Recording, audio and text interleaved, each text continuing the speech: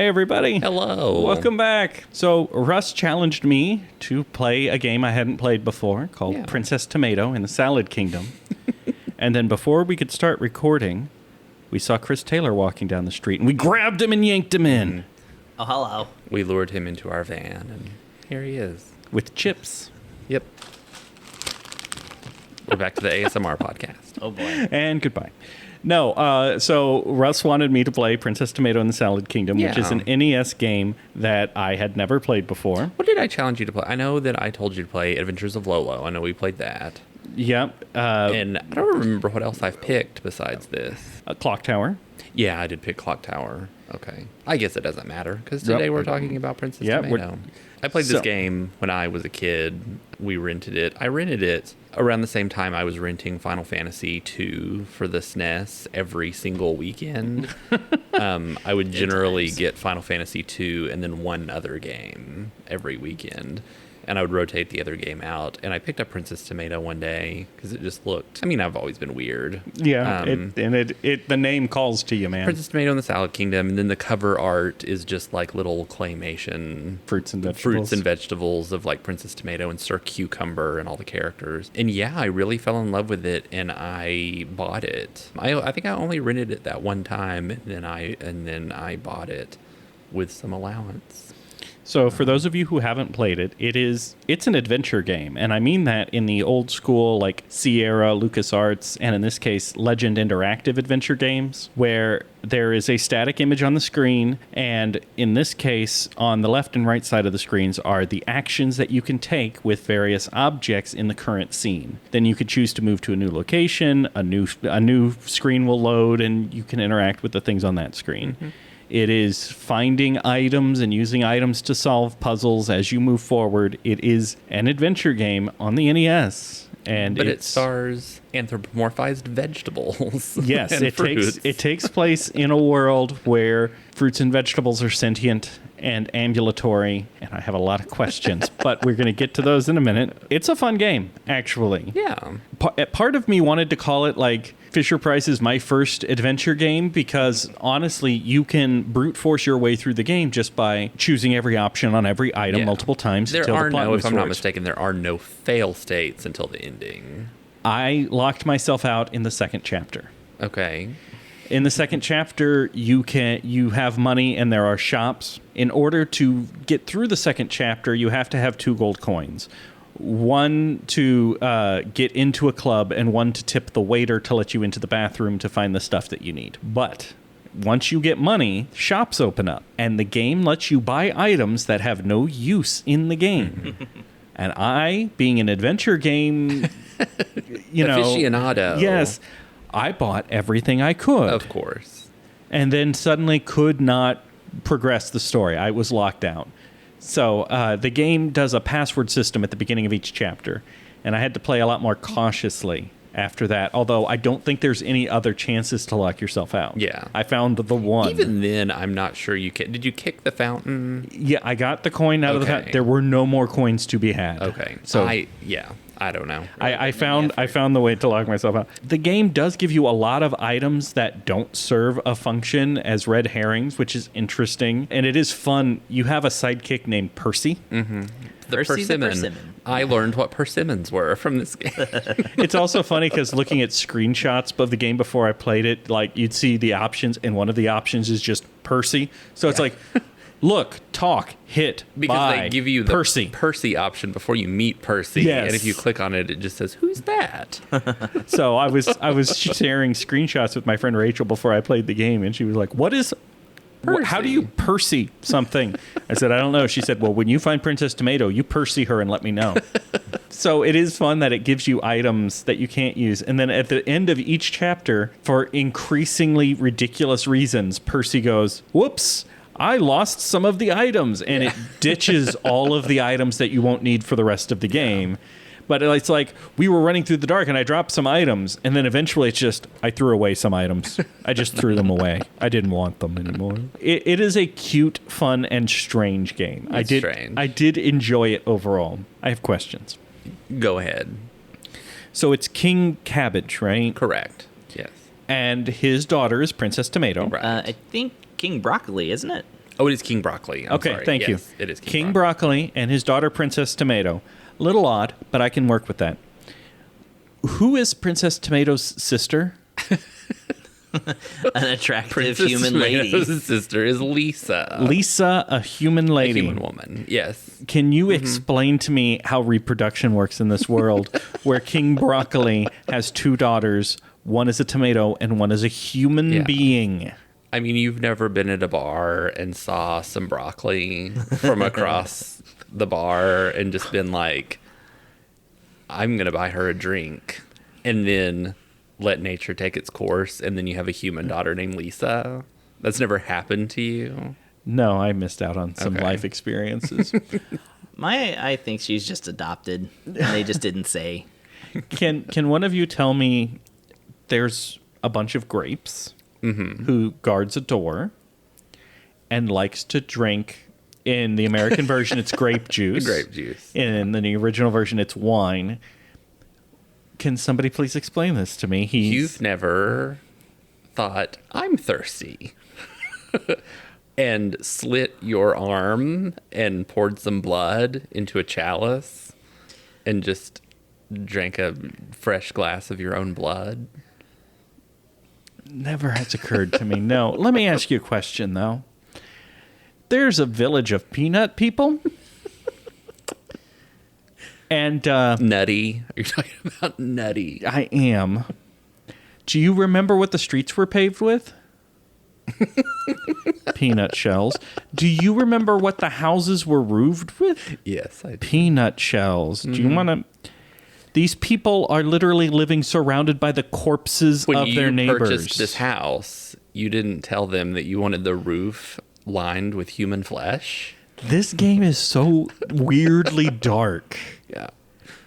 It is so... It does go places. It really does. I mean, the fruits and vegetables eat. There's sandwiches that you can buy, and they drink juice.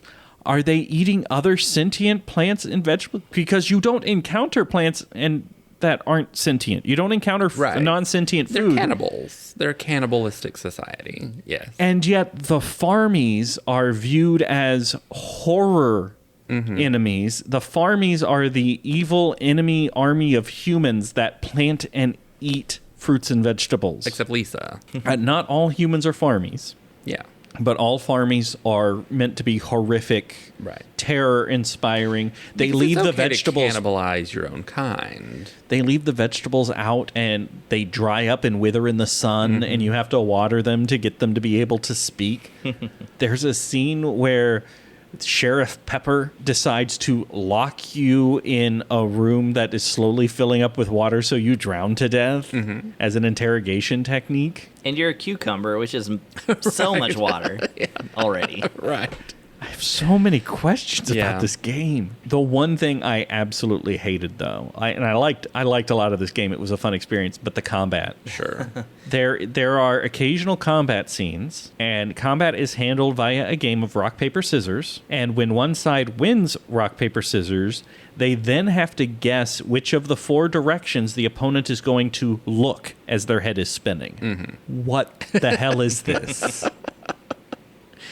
It's supposed to be fun. It's for replayability. But it's random on top of... Now, occasionally you can find hints like, he only throws paper, or he always looks left. But by and large, you're talking about a random outcome of three choices, and if you succeed, you then have a random outcome of four choices to pick from to score a point. Yeah, it was definitely very difficult as a child. Very, very frustrating as a child to get through those sequences. There's a lot of adventure games that have some rudimentary combat that kind of goes like that. Yeah. It's like, I'm going to attack him low. I'm going to attack him medium. I'm going to attack him high. Yep. But this is random, and then if you win, it's more random. Yeah. For some reason, I did not run into very many problems with those guys on my playthrough of it. Also, you never warned me that you were having me play a first-person dungeon crawler. Yeah. Because there's like 3 sections of the game that becomes a first-person dungeon crawler. You're a monster. It was all part of my master plan. I lured you in with cute vegetables. Luckily, the mazes are not horrible. Yeah. And movement is fairly swift.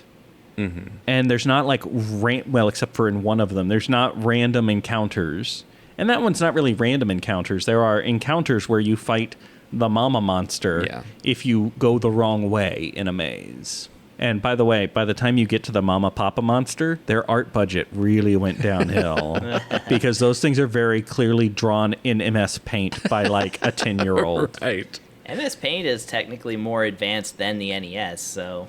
There you go. So it was cutting edge graphics at the time. Yeah. I'm glad you enjoyed it. No, I really... For the most part. I did. I did for the most part. It is the kind of quirky, bizarre that is up my alley, and I was sending constant screenshots to Rachel, who was really getting a kick out of all the character designs. I'm glad I could introduce you to a piece of my childhood. The Fruity Trio. I feel like I've been doing all the talking on this episode. This is new for you. Yeah. So, yeah. How did you like Miss Peach in her sexy shower scene? Oh, yes. Yeah.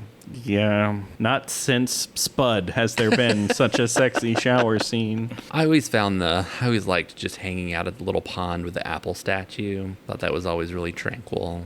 Yeah, and there's an optional thing where you can find a flower and you can put it in front of the statue, and then many chapters later, you go back and the statue's turned red because of the flower, I guess. Yeah.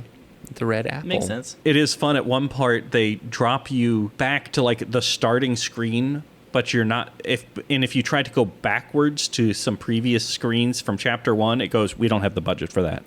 You can't do it."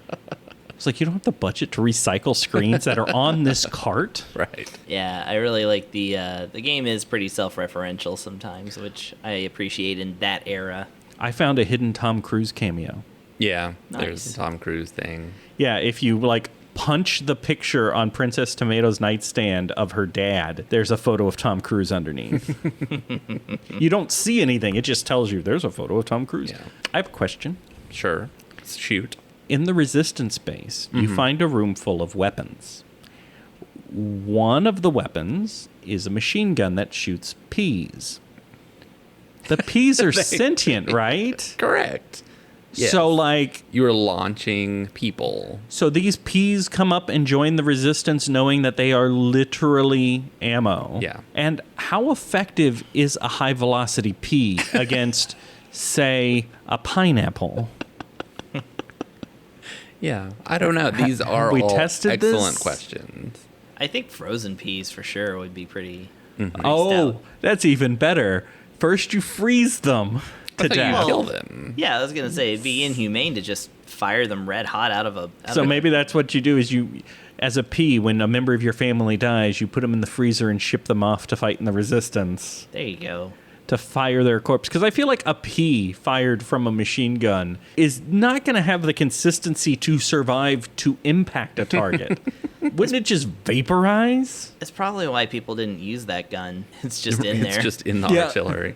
They're like, this was a bad idea. I'm trying to remember if I had any other questions. Those are all excellent questions that it is much easier to just swallow when you are like 7.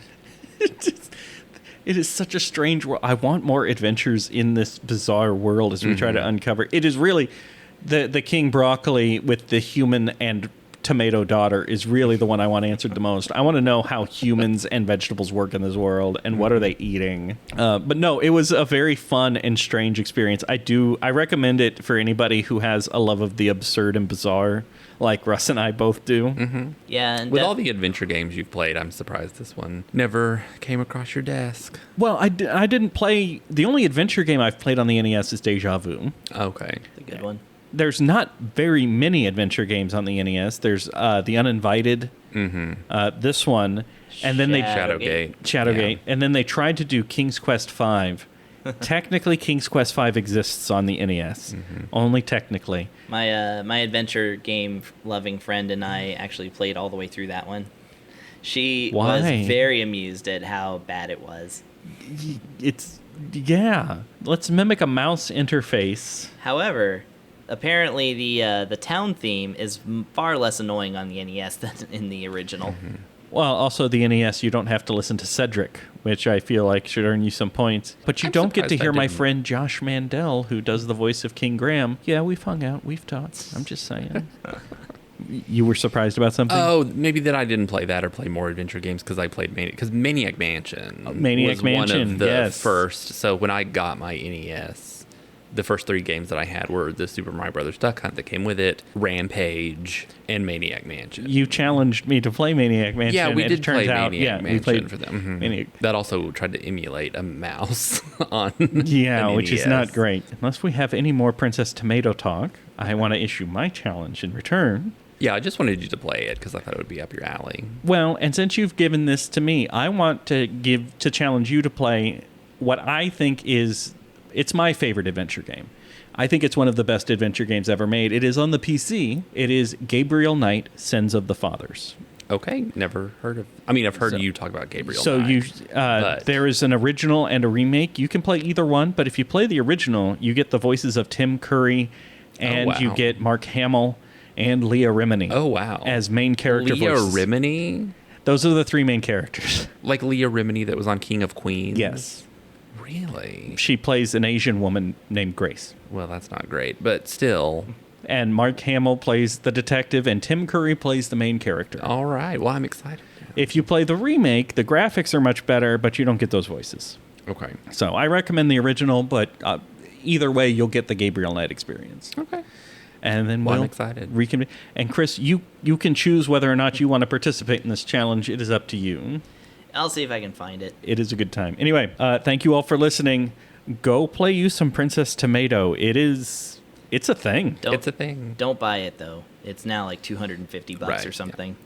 I got it from, I think it was one of because I think I told you my Final Fantasy II story that they eventually just let me have that game because I rented it so much. And I think they might have done the same thing with, I don't think they let me have it, but I think they let my mom buy it from. Do you still have it? Yeah. Mm-hmm. I have all my NES games, all my old games. I actually purchased. I'm not going to sell it for $200 if that's what you're asking. I bought Princess Tomato on Craigslist along with a copy of Battletoads on the Genesis and Booger Man on the Genesis from a lady who I very much would have liked to have been friends with. But you're not supposed to try and cross that line in a Craigslist transaction. So right. I was like, yeah, too bad. I feel like I would have gotten along very well with this person.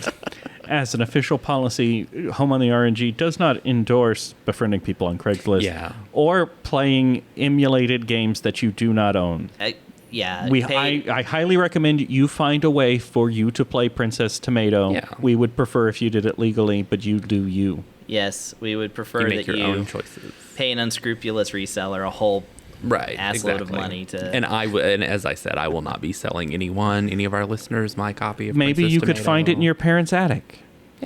Yeah, there you go. Anyway, thank you all for listening. Thank you, Chris, for joining us, and we'll see you next time. Bye for now. Russ is struggling with a 3-pound dog, and we don't know which one of them is going to establish dominance. We have to figure out how we can get comfortable. One of them is going to be in charge, and right now they don't know which. Is this comfortable? You can lick my hand. She will.